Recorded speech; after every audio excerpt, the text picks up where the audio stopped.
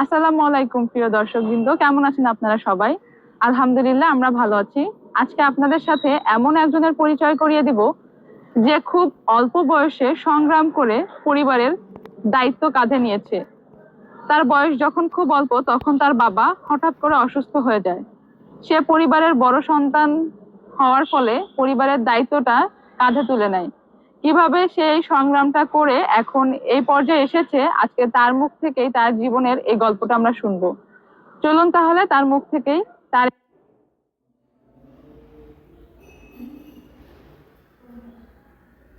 এই গল্পটা আমরা শুনে আসি। আমাদের সাথে আজকে আছে, ও হচ্ছে ইরান। তুমি বলো, তোমার নাম কি, বয়স কত, কোথায় পড়াশোনা করেছো? আমার নাম মোহাম্মদ ইরান খান। আমার বয়স 18 বছর। আমি আজম খান সরকারি কমার্স কলেজে পড়ি। আমি এবার 2025-এর এইচএসসি ব্যাচ মানে পরীক্ষা দিচ্ছি আর কি। তোমরা কয় ভাই বোন? আমরা দুই ভাই, আমি বড়, আমার ছোট আর একটা ভাই আছে। তোমার পরিবারের সদস্য কয়জন? তারা আমার কেমন আছে এখন? আমার পরিবারের সদস্য 4 জন, আলহামদুলিল্লাহ তারা এখন অনেক ভালো আছে। যখন তোমার বাবা অসুস্থ হয় তখন তোমার বয়স কত ছিল? আসলে আমার বাবা যখন অসুস্থ হয় তখন আমার বয়স 18ই ছিল, কিন্তু 18কে পা দিছিলাম তখন, কিন্তু এখন আমার বয়স 18 বছর আর কি 8 মাস। মানে 18 বছর যখন আমি পা দিই তখনই আর কি এই সমস্যার সম্মুখীন আমার হইতে হয়। তোমার বাবা মূলত কি কারণে অসুস্থ হয়, তার অসুস্থতাটা কি?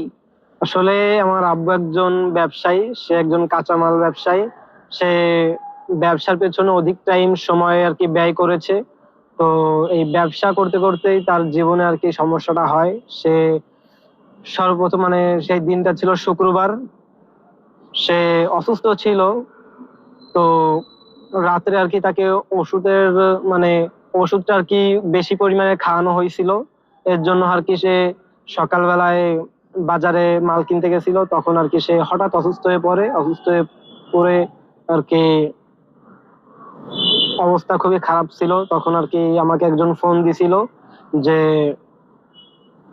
বাবা তোমার আব্বু তো অসুস্থ হয়ে পড়ছে, তুমি কি আসতে পারবা? তো আমি গেছিলাম ওইখানে, আমি নিজে যাই আর কি তাকে উদ্ধার করছিলাম। উদ্ধার করে তাকে আমি নিজে হাতে 250 ভর্তি করছিলাম। তো সে খুবই গুরুতর অসুস্থ হয়ে পড়ছিল। তার ডায়াবেটিসের অনেক সমস্যা ছিল, বাট যারা জানেন যে ডায়াবেটিসের সমস্যা থাকলে যে সুগার লো হয়ে গেলে কত সমস্যার সম্মুখীন হইতে হয়, তো তারও সে একই সমস্যা হয়েছিল। আসলে সে একজন ডায়াবেটিসের রোগী ছিল, এর জন্য তাকে ইনসুলিন দেওয়া হতো। এর জন্য আর কি অধিক পরিমাণের ইনসুলিন তাকে দেওয়া হয়েছিল। এর জন্য আর কি সে এই সমস্যার মুখে পড়তে হয়। আসলে আমার বাবা যখন অসুস্থ হয় তখন আমারও খুব খারাপ লাগছিল। আমার এতটা খারাপ লাগছিল তা বলার মতন না। তখন টানা 4 মাস আমার বাবা আর কি বাসায় বেড রেস্টে ছিল। তো তখন টানা 4 মাস আমি আর কি তার ব্যবসা চালাইছি। আমি ব্যবসা চালাইছি, খেলাধুলা করছি, নিজে খেলাধুলা করতাম তখন, এখনো খেলাধুলা করি।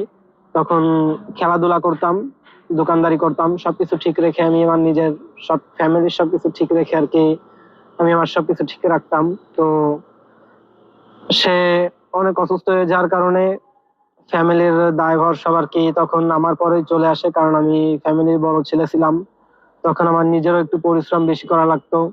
ধরেন সকালবেলা মাল কিনতে যাইতাম, মাল নিজে হাতে কিনতাম, বাজারে আসতাম, এসে আমাদের দোকান আছে, সে দোকানে আমরা বিক্রি করতাম। আবার বিকেলে প্র্যাকটিসে চলে যেতাম।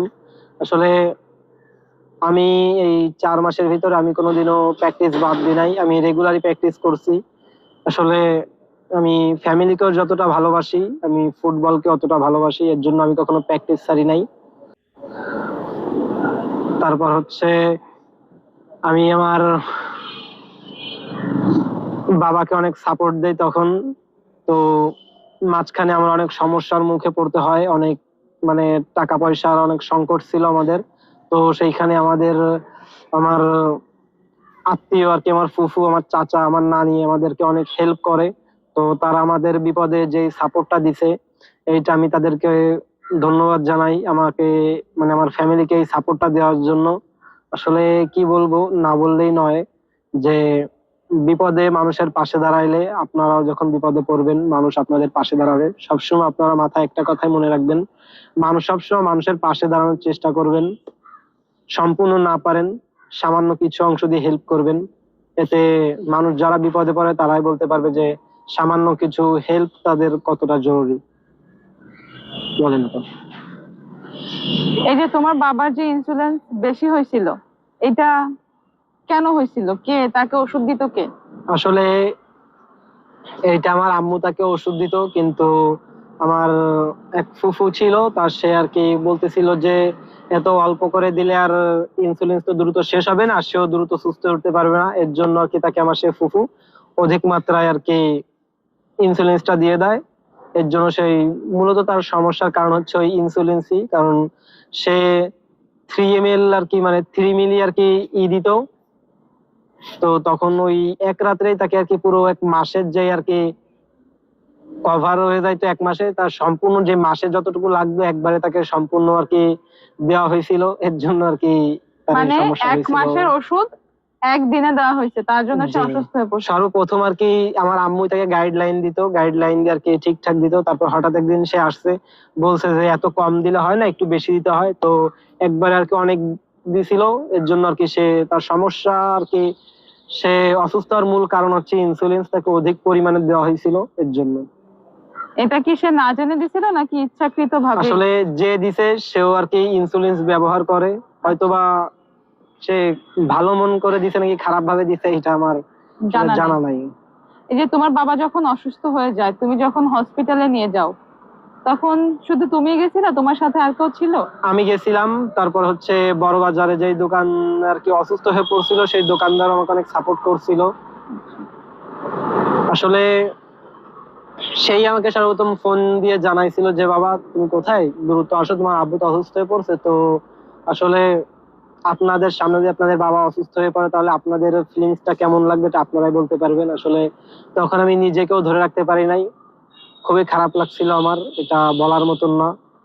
নিজের কাছে অনেক খারাপ লাগছিল যে হঠাৎ করে এইভাবে অসুস্থ হয়ে যাওয়ার পরে সে, মানে তার এমন অবস্থা হয়েছিল সে কথা বলতে পারতেছিল না, সে মানে তার সেন্সলেস হয়ে গেছিল, সে কাউকে দেখে চিনতে পারতেছিল না। আমি যে তার বড় ছেলে সে আমাকে চিনতে পারতেছিল না, সে মানে কথাই বলতে পারতেছিল না ঠিক মতন, কি বলবো, সে অনেক সেন্সলেস হয়ে গেছিল, সে আমাকেও চিনতে পারতেছিল না। তারপর তাকে আমি আর কি হসপিটালে নিয়ে গেছিলাম, আমি আর আমার যে কাকু আর কি ফোন দিছিল তাকে সাথে করে নিয়ে গেছিলাম। সে আমাকে অনেক হেল্প করছিল, মানে আমি টাকা নিয়ে যাই নাই, সে আমাদের আর কি তখনকার হাসপাতালে নিয়ে গেছিল, টাকাও দিছিল, টাকা দিয়ে হেল্প করছিল। আসলে কি বলবো যে তাকে মানে মানে ধন্যবাদ জানাই যে তখন আমাদের কাছে টাকা ছিল না, ইমার্জেন্সি অনেক টাকার দরকার ছিল, কেউই টাকা নিয়ে গেছিল না। এর জন্য আর কি তার কাছ থেকে আমরা অনেক উপকার পাই। বলেন। উনি, তোমার আব্বু হসপিটালে কতদিন ছিল? সে হসপিটালে প্রায় 10 দিনের মতন ছিল। সে 10 দিনে মনে করেন যে আমাদের ফ্যামিলির অবস্থা, পারিবারিক আর্থিক অবস্থা খুবই খারাপ। তো ততদিন যতদিন আর কি হসপিটালে ছিল প্রায় অনেক টাকার মতন আর কি ব্যয় হয়েছিল, তার সম্পূর্ণ খরচ দিছিল আমার ফুফু, আমার চাচারা দিছিল, আমার ফুফু আমার নানি দিছিল।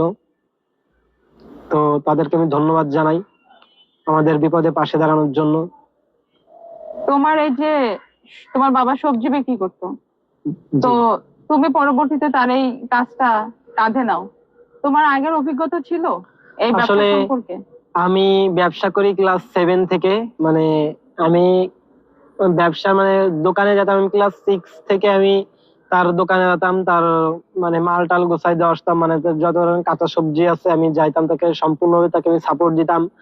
ধরেন তখন আমি পড়ালেখার পাশাপাশি তাকে আমি সকালে আর কি মাল সাজাই দিয়ে আসতাম, তারপরে হচ্ছে আপনার রাত্রে যাইতাম, রাত্রে যে আর কি মানে বিভিন্ন ধরনের হোটেলে সে মাল দিত, সেসব হোটেল থেকে আর কি টাকা কালেকশন করতাম। তারপরে টানা আমি আর কি এই 4 বছর 5 বছর আমি এই তার কাজে আমি হেল্প করতেছি। এখন আমার মানে ব্যবসার দায়িত্বটা আর কি আমারই কাঁধে আসে আর কি পড়ছে। তো সে এখন মোটামুটি আলহামদুলিল্লাহ সুস্থ আছে, এর জন্য আর কি আমার নিজের পর আর কি প্রেশার খুব কম পড়তেছে। আর যে কালেকশনের যে দায়িত্বটা আমার ছোট ভাই আছে, সে আর কি সেই দায়িত্বটা আর কি ওকে বুঝিয়ে দেওয়া হয়েছে। ওই আর কি রাতে যায় আর কি টাকা উঠিয়ে আনে। তোমার ছোট ভাইয়ের বয়স কত? আমার ছোট ভাইয়ের বয়স হচ্ছে এই 12 বছর। ও, সে পারে? হ্যাঁ, সে পারে। মানে আর কি ছোটবেলা থেকে অভ্যস্ত দেখে আসলে। দেখে। কি বলবো, মানে আমি ছোটবেলায়, ও এখন ক্লাস 4-এ পড়ে, তো আমি ক্লাস 6-এ যখন পড়তাম তখন আর কি আমাকে বাজারে পাঠাতো, কিন্তু অতটা বুঝতাম না। কিন্তু তার অনেক অভিজ্ঞতা আছে আসলে। ও অনেক ক্লাস 2-তে থাকতেও আর কি বাজারে যেত, ঘোরাফেরা করতো। তো আমি ওকে সবসময় সাথে করে নিয়ে ঘুরতাম ফিরতাম, যেখানে যেতাম আমি ওকে চিনাতাম। কারণ ওর মনে করেন যে আমি কখনো অসুস্থ হয়ে পড়লাম তখন আর কি ব্যাকআপ দিবে। ব্যাকআপ দিবে আর কি, ছোট ভাইয়ের জন্য আর কি। ও ক্লাস 4-এ পড়ে, বাট ওর মেধা অনেক ভালো। মানে কি পড়ালেখায় মেধা অতটা ভালো না, কিন্তু ওর আউটসাইড নলেজ খুবই ভালো। হ্যাঁ, তো এখন তোমার আব্বু কি সুস্থ আছে? এখন আলহামদুলিল্লাহ মোটামুটি সুস্থ আছে। তাও আর কি আমি তাকে এখনো সাপোর্ট দেই। সে আর কি সকালে দোকানদারি করে, আমি আর কি আমার সারাদিনের যে কাজ কাম আছে এগুলা করে আমি সন্ধ্যা 6টার সময় আর কি দোকানে যাই, 10টার সময় আমি বাসায় আসি। মানে রাত্রে আর কি 4 ঘন্টার মতো আমি তাকে ব্যাকআপ দিই। আসলে এই ব্যাকআপটা আর কি সবাই দিতে পারে না। বিভিন্ন ধরনের মনে করেন বিভিন্ন সমস্যা থাকলেও মনে করেন তাও আমি দোকানে যাই। ধরেন আমি কোনো কাজ শেষে 8টার সময় যদি আমি বাসায় যাই, তাও তখন আমি দোকানে যাই। কারণ আসলে আমাদের আর্থিক অবস্থা এতই খারাপ যে একবেলা দোকানদারি মানে ব্যবসা না করলে আমাদের খুবই সমস্যার মুখে পড়তে হয় আর কি। আসলে যারা ব্যবসা করেন তারাই বলতে পারবেন যে বর্তমান ব্যবসার যে অবস্থা খুবই খারাপ। তোমাদের পরিবারের আর্নিং সোর্স তোমার বাবা একাই? জি, আমার বাবা একাই আর্নিং সোর্স। তুমি যে 8 মাস তোমার বাবার যে দোকানটা চালাইছো, তোমার অভিজ্ঞতা কেমন ছিল? আসলে আমার অভিজ্ঞতা আগে থেকে আমার পূর্ব অভিজ্ঞতা ছিল, কারণ আমি যেহেতু ক্লাস 8, 9, 10 যখন আমি পড়তাম, আমি পুরোপুরি আর কি তখন ব্যবসা করতাম। সে আমাকে ক্লাস 8 আমার মনে ছিল যে আমি ক্লাস 6 থেকে আর কি তার কাছে যাইতাম। সে আমাকে 2 বছর পর আর কি একা ছাইরে আর কি সে বরিশাল গেছিল বেড়াইতে। তো আমার কাছে 2 দিন আর কি দোকান হ্যান্ড ওভার করে দিয়ে গেছিল। তো আলহামদুলিল্লাহ আমি মানে অতটা বুঝতাম না তখন। তো ব্যবসা করতে করতে এখন আমি ব্যবসার প্রতি আমার আলাদা একটা এক্সপার্ট চলে আসছে, মানে আর কি জ্ঞান বুদ্ধি চলে আসছে। তখন আমি করছিলাম, সে আমাকে রাইখে রাইখে চলে যাইতো। মানে 2 দিন 3 দিনের জন্য আর কি আমাকে দোকান হ্যান্ড ওভার করে দিয়ে যাইতো। মানে তখন আমি মাল কিনতে বুঝতাম না, সে আমাকে মাল টাল কিনে দিয়ে যেত। যে বলতে এগুলা এই দামে বিক্রি করবি, আমি এগুলা ওইরকম দামে বিক্রি করতাম। তো এখন মনে করেন সে যখন অসুস্থ হয় তখন থেকে আর কি আমার লাইফের প্রথমে মাল কিনা শুরু করি। তাও 8 মাস আগে থেকে আমি আগে কখনো মাল এভাবে বড় বাজার থেকে মাল কিনে এনে এই বাজারে আমি কখনো মাল বিক্রি করিনি, ছোট বাজারে। তো সে যখন প্রথমে অসুস্থ হয় তখনই আর কি আমি নিজে মাল কিনছিলাম, নিজে এনে নিজে ওইগুলো আর কি বিক্রি করছিলাম। তোমরা এই মালটা নিয়ে আসো কিসে? আসলে এই মালটা নিয়ে আসি আমরা আর কি ভ্যানে করে। তোমাদের নিজস্ব ভ্যান? না, এটা ভাড়ার ভ্যান। ওখানে পাওয়া যায়? যে ওইখানে পাওয়া যায়। আচ্ছা। তুমি তো এত মানে এত সমস্যার ভিতর থেকে, আমি যতটুকু জানি তুমি একজন ফুটবল প্লেয়ার, পাশাপাশি তুমি একটা ছোট পার্ট টাইম জব করো। তো এত কিছু মাঝখানেও তুমি কিভাবে তোমার ফুটবল, তোমার চাকরিতে সময় দাও? আসলে যে কোনো কিছু আপনার একটা সর্বপ্রথম আপনার রুটিন করে নেওয়া উচিত যে আমি এই টাইমে এইটা করব। মানে টাইম টেবিল সবসময় ঠিক রাখতে হবে। তো টাইম টেবিল যদি আপনার ঠিক থাকে তাহলে আপনি জীবনে ভালো কিছু করতে পারবেন আশা করি। যে কোনো জিনিসের আপনার চেষ্টা থাকা সর্বপ্রথম উচিত, চেষ্টা থাকা। আর দ্বিতীয়ত আপনার টাইমের দিকে সেন্স রাখতে হবে। কারণ আপনি সবসময় নিয়ত রাখবেন যে আমি এই টাইমে এখানে আসছি, আমি এই টাইমের ভিতর আমি আমার জায়গায় আমি পৌঁছাবো, আমি এই টাইমের ভিতর আমার এই কাজটা কভার করতে হবে। তাহলে যে কোনো জিনিস একটা টাইম টেবিলের ভিতর থাকলে আপনার সেই কাজটা করতে আরো সহজ হবে। আর আপনার কি বলে ওকে, যে আপনার যে কোনো কাজ করতে হলে আপনার নিজেরও একটু ভালো লাগবে যে আমার এই টাইমের ভিতর আমার এটা করতে হবে। নিজের ব্রেনকে হালকা একটু প্রেসার দিলে তখন কাজটা কমপ্লিট হবে ইনশাল্লাহ। আসলে আমি এই ব্যবসার পাশাপাশি আমি আর কি ছোটখাটো একটা পার্ট টাইম জব করি। তো আসলে যে জবটা করি আমার খুবই পছন্দের একটি জব আর কি। তো এর জন্য মনে করেন আমি আমার সম্পূর্ণ সাপোর্ট দিয়ে আমি মানে মানে তাদেরকে যে সাপোর্টটা, সেই সাপোর্টটা আমি আর কি তাদেরকে দিচ্ছি। তো সে আমাকে যখন কাজে নেয় তো বিভিন্ন রকমের সমস্যার মুখে পড়তে হতো। তো মানে সমস্যায় পড়তাম, তখন আমার ফ্যামিলির দিকে অনেক সমস্যা হতো, তো ঠিক মতো নাকি কাজে যাইতে পারতাম না। তো তারপর যখন আব্বু সুস্থ হয় তখন আমি বলছিলাম যে মানে যে আমার যে আর কি ওনার, তাকে আমি বলছিলাম যে আপনি আমার উপর বিশ্বাস রাখতে পারেন, আস্থা রাখতে পারেন। আপনি অন্য ছেলেদেরকে কাজ দিয়ে আপনি মানে আপনার তার পিছনে দৌড়াইতে হবে, কিন্তু আমি সেরকম না, আমি সম্পূর্ণ কাজ করব, আপনার আমার পিছনে দৌড়াইতে হবে না। আসলে যে আমার যে ওনার, সে আমাকে অনেক ভালো গাইডলাইন দেয়, অনেক মানে অনেক ভালো জানে সে আমাকে, আমি তাকে অনেক মানে শ্রদ্ধা জানাই, কারণ সে আমাকে এত সুন্দরভাবে গাইডলাইন দেয়। আসলে আমি কিছু কিছু মানে প্রায় আমার জীবনের মানে আমি এই যে জব লাইফে মানে আমি যতদিন আর কি পার্ট টাইম জব করি, তো আমি এই প্রায় আমি 50% আর কি, 60% আর কি আমি তার নির্দেশনা অনুযায়ী চলি, আর 40% আমি আমার নির্দেশনা চলি। আশা করি একসময় আমি মানে আমার নিজের বর্তমানে আমি বলছি না যে আমার সেন্স কম, কারণ আমি তার বুদ্ধিতে আমি চলি, কারণ যে কোনো মানুষ একজন ভালো মানুষের জন্য আর কি উপকার করে, কারণ সে অনেক ভালো একজন মানুষ, সে আমাকে অনেক সাপোর্ট করে। কারণ সে, আমি তার কাছে বুঝছি যে কারণ আমি বিভিন্ন রকমের সমস্যায় পড়ছি, সে আমাকে অনেক সাপোর্ট দিছে। সে আমাকে বলছে তোমার যা লাগে আমি তোমাকে দিব, হ্যাঁ তুমি আমার কাজটাকে একটু ভালো মতন দেখবা। আসলে আমি তাকে এতটুকু আমি তাকে গ্যারান্টি দিয়েছি যে আপনি আমার পরে কাজ দিয়ে আপনি কখনো কাজ মানে এরকম হয় যে আপনি মনে করেন যে কোথাও গেছেন, আপনি কাজটা করতে পারেন নাই, তো বিভিন্ন রকমের বাহানা, বিভিন্ন রকমের আর কি কি বলে ওকে যে অজুহাত আর কি দেয়। তো আমি ওরকম করি না, আমি সম্পূর্ণ ভুল হইলে বলি সরি স্যার, আমার এটা হয়নি, আমি এটা মানে করতে পারবো না। তারপর সে আমাকে সবসময় একটা জিনিস শেখায় যে কখনো যে কোনো জিনিস সবসময় চেষ্টা করবা, তো চেষ্টা করলে তুমি অনেক দূর যাইতে পারবা। আর আমিও তাই করি, চেষ্টা করি। আর যে কোনো জিনিস আমি খুব শীঘ্রই আর কি, আমার ভিতর নিজের একটা ই আছে যে যে কোনো জিনিস আমাকে কেউ যদি দেয়, আমি খুব শীঘ্রই সেটাকে বাস্তবায়ন করতে আমি ভালোবাসি, কারণ যে কোনো জিনিস আমি মানে দ্রুত রূপ দিতে আমি পারি, কারণ আমার ভিতর সে অ্যাবিলিটিটা আছে, এটা আমি মানি। কারণ আপনি ধরেন এটা আমাকে বললেন খারাপ কাজে না, বাট ভালো কাজে আপনি আমাকে বলবেন যে এটা কর, আমি নিজের সম্পূর্ণ দিয়ে চেষ্টা করবো। তো আর আমি আমার নিজের সম্পূর্ণ দিয়ে যদি চেষ্টা করি, আল্লাহ তাআলা আমার সহায় থাকে, তো আমি সেই কাজটা আমার সফল হয়।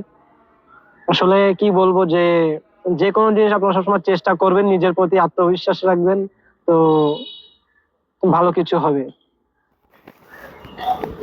তোমার এই অভিজ্ঞতা, তোমার এই যে পরিবারের দায়িত্ব কাঁধে নেওয়া, এখন এই সমাজের তোমার বয়সী যেসব ছেলেরা আছে তারা কেউ দেখা যায় যে নেশায় আসক্ত, কেউ ফোনে আসক্ত, মানে এক একজন এক এক দিকে আসক্ত থাকে। তোমার চিন্তাধারাটা অনেক ভিন্ন। এই সমাজের মানে এই যুগের ছেলেদের সাথে তোমার এই যে চিন্তাধারার যে পার্থক্য, তুমি তোমার বয়সী ছেলেদের কি বলতে চাও? আসলে আমি তাদেরকে একটা কথাই বলতে চাই যে আপনারা টাইমটাকে সঠিক জায়গায় কাজে লাগান। আপনারা সর্বপ্রথমে একটা কথাই বলছি, আপনারা টাইমটাকে সঠিক জায়গায় ব্যবহার করেন, কারণ আপনার বর্তমান যে টাইম, আপনার এখন যেই আপনার 18 বছর বয়স, এই 18 বছর বয়স হচ্ছে একজন তরুণের উড়ার বয়স। কারণ যে কোনো জিনিস আপনার মাথায় রাখতে হবে, আপনার এখনই আপনার মূল মানে আর কি লক্ষ্য, আপনার এই 18 বছর বয়সে যদি আপনি কোনো লক্ষ্য রাখেন, তাহলে এই লক্ষ্যটা আপনার পূরণ হওয়ার ক্ষমতা 99% থাকে, যদি আপনি সেটা চেষ্টা করেন। চেষ্টা না করলে কিছুই হবে না। তো আমি তাদের উদ্দেশ্যে একটা কথা বলতে চাই যে আপনাদের সময়টা কাজে লাগান, আপনারা কাজের সময়টাকে যদি কাজে লাগান, আপনারা অনেক ভালো জায়গায় যাইতে পারবেন, এইটাই। আর এইটুকু বলতে চাই যে আপনারা কখনো আর বর্তমান সমাজে অধিকাংশ ছেলেরাই মাদক, জুয়া ইত্যাদির এর পিছনে টাইম নষ্ট করতেছে। তো আমি বলবো যে ওইগুলার পিছনে তারা টাইম নষ্ট না করে আপনারা আসতে পারেন, বিভিন্ন ধরনের আপনার যে কোনো কাজের ভিতর ঢুকে থাকতে পারেন। কারণ কাজের ভিতরে থাকলে আপনার, আপনি ঘুরে ফিরলে বেড়ালে মনে করেন আপনি মাদক সেবন করলেন, আপনি জুয়া খেললেন, তো ওইখানে আপনার যে সেন্সটা কাজ করবে, তো আপনার যে কোনো কাজের ভিতর থাকলে আপনার কিন্তু ওই সেন্সটা কাজে আর কি আসবে না। তো আমি তাদের উদ্দেশ্যে একটা কথা বলতে চাই যে আপনার টাইমটাকে কাজে লাগান। এই বয়সে আপনি যা করবেন তো কেউ কল্পনাও করতে পারবেন না। আর আপনাদের ভিতরে সবার ভিতরেই প্রতিভা লুকিয়ে আছে, যদি আপনারা সেটাকে জাগ্রত করতে পারেন, যে কোনো জিনিস আপনারা সবসময় চেষ্টা করবেন, চেষ্টা করলে ভালো কিছু হবে আশা করি। আসলে আমি কি বলবো যে আমি আর কি একটা ছোটখাটো জব করি, সেই জবটা হচ্ছে আপনার মানে অনলাইনের কাজ আর কি, যাকে বলে যে ইউটিউবিং করি, আমি ইউটিউবিং করি। তো আমিও